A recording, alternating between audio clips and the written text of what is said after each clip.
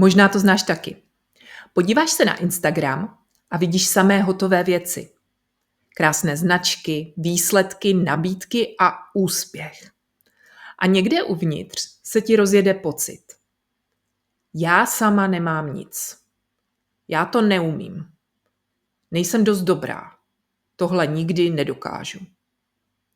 A o tom přesně bude tahle epizoda. Když se srovnáváš a když si připadáš, že nic nemáš. Já jsem Pavla Šafaříková a tohle je podcast Ne vždy podle plánu. Pro všechny, co začali podnikat s nadšením. A pak přišel život. Povídáme si tu o všech těch částech cesty, které nejsou vidět. O začátcích zmatku i pocitu, že to možná celé nedává smysl. Uvědomíš si, že tohle všechno k podnikání patří. A je to úplně normální součást procesu. Sociální sítě jsou velmi zrádná věc. Ukazují výsledek, ale už ne cestu. My nevidíme startovní body a ani pozadí. Jen ty hotové věci. A tady nám začíná problém. Každá z nás vychází z úplně jiného místa. Někdo má podporu partnera nebo rodiny. Jiná má zkušenosti s reklamou, marketingem nebo psaním. A další si přináší publikum z profese. Někdo třeba vyrůstal ve svobodě, kde se mohlo zkoušet a chybovat. A někdo jiný v prostředí, kde jediná správná cesta byla práce od 8 do 5. A to celý život. A teď si představ, že všechny tyhle ženy začnou podnikat. Stejnou věc, ale z naprosto rozdílných světů. Je fér čekat, že budou stejně rychlé a úspěšné? Že budou mít stejně jasno? A nebo zvládnou stejné tempo? No samozřejmě, že ne. A to je naprosto v pořádku. Jen si to často neřekneme a ani nepřipustíme. Proč to celé tak bolí? Protože se srovnáváme. Ale srovnáváme se s někým, o kom víme jen konečný obrázek. My nevidíme, odkud začal, kolik pokusů měl předtím a kolik změn udělal. A nebo kolik nocí přemýšlel, jestli to má celé vůbec cenu. A tak nás to bolí, protože si myslíme, že jsme jediná, kdo je pozadu.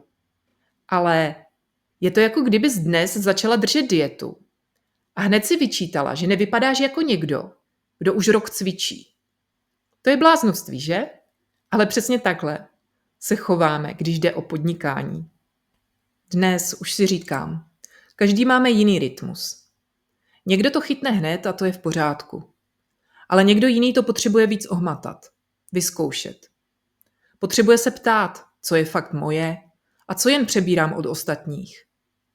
Ale víš co? To je totiž podstata osobního podnikání. Ta podstata často sahá mnohem hlouběji.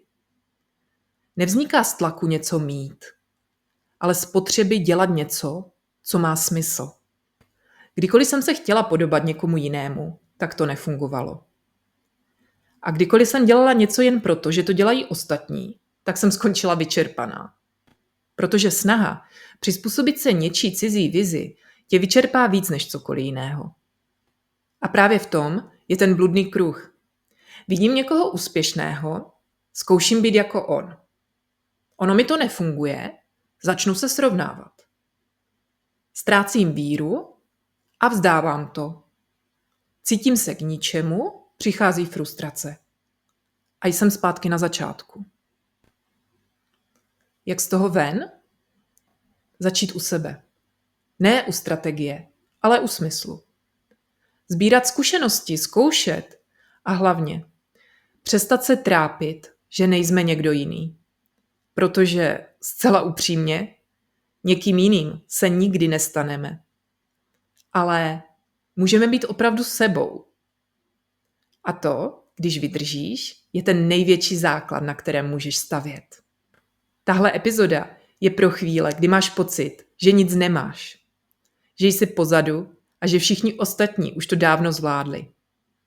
A já ti chci říct, možná právě tím, že to ještě nemáš hotové, máš šanci vytvořit něco, co bude opravdu tvoje. A taky postupně opravdu velké.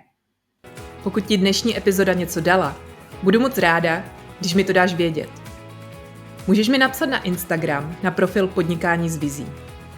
A nebo epizodu sdílej s někým, komu tohle taky pomůže. Moc děkuju, že jsi tu byla. Budu se na tebe těšit příští středu s další epizodou podcastu Nevždy podle plánu.